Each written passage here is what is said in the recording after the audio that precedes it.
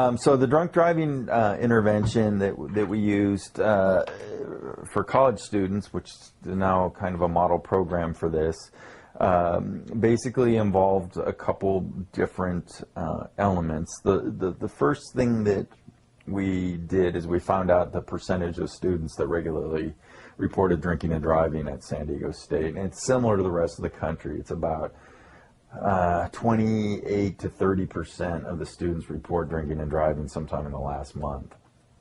Pretty common. Then even a higher percentage report riding with someone who's a drunk driver. So you have a pretty big sizable target of students to kind of focus on. The other thing that's important is of the 17 to 1800 alcohol-related deaths among college students nationally each year, about 83% of those are drunk driving deaths. So it's a very serious public health problem on college campuses, but it's one that doesn't really get addressed much.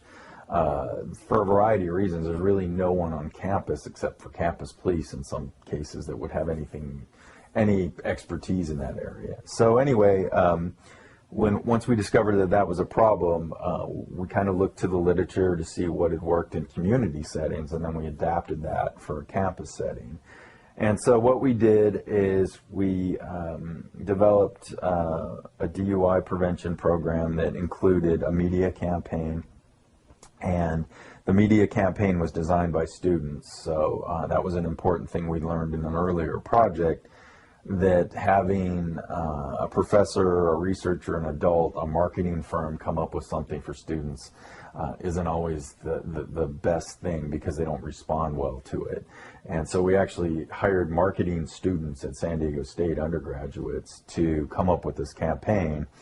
And then we test marketed the campaign with other students and picked the one that the other students liked the best.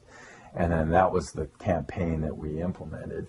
And the campaign was basically designed to raise the perception of risk of getting arrested for drunk driving among other students.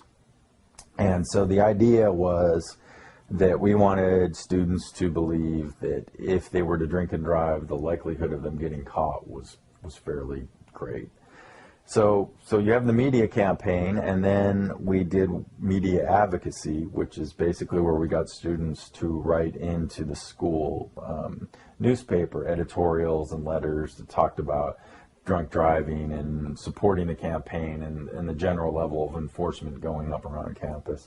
And then we worked with the campus police and the San Diego police to do a couple DUI checkpoints around campus. And DUI checkpoints basically where you block off a street, a major street, and put cones out and flares out, and the police park their cars with their flashers going, and they put up big floodlights, and it's basically a big spectacle. You typically arrest very few people going through those things, but the idea is to let everyone know that it's a community priority to enforce drunk driving laws. So we did that, and then we did what was called roving DUI campaigns, where the police cars were marked as DUI enforcement with a little magnet on the side of it. And they drove around with, every time they pulled anyone over, they'd put their flashers on, so it looked like they were arresting a bunch of people for drunk driving, even though it might have been they rolled through a stop sign. So the combined effect of all this, and we did this as an experiment, so we had another campus in New Mexico that was very similar to San Diego State that was our control site. And the result of this is that DUI decreased by 27% in one semester at San Diego State, where it actually went up by about 1% in the New Mexico site. So it was a very effective campaign, and so that was something that one of the few times when you actually find something that works and works that well, which was very nice.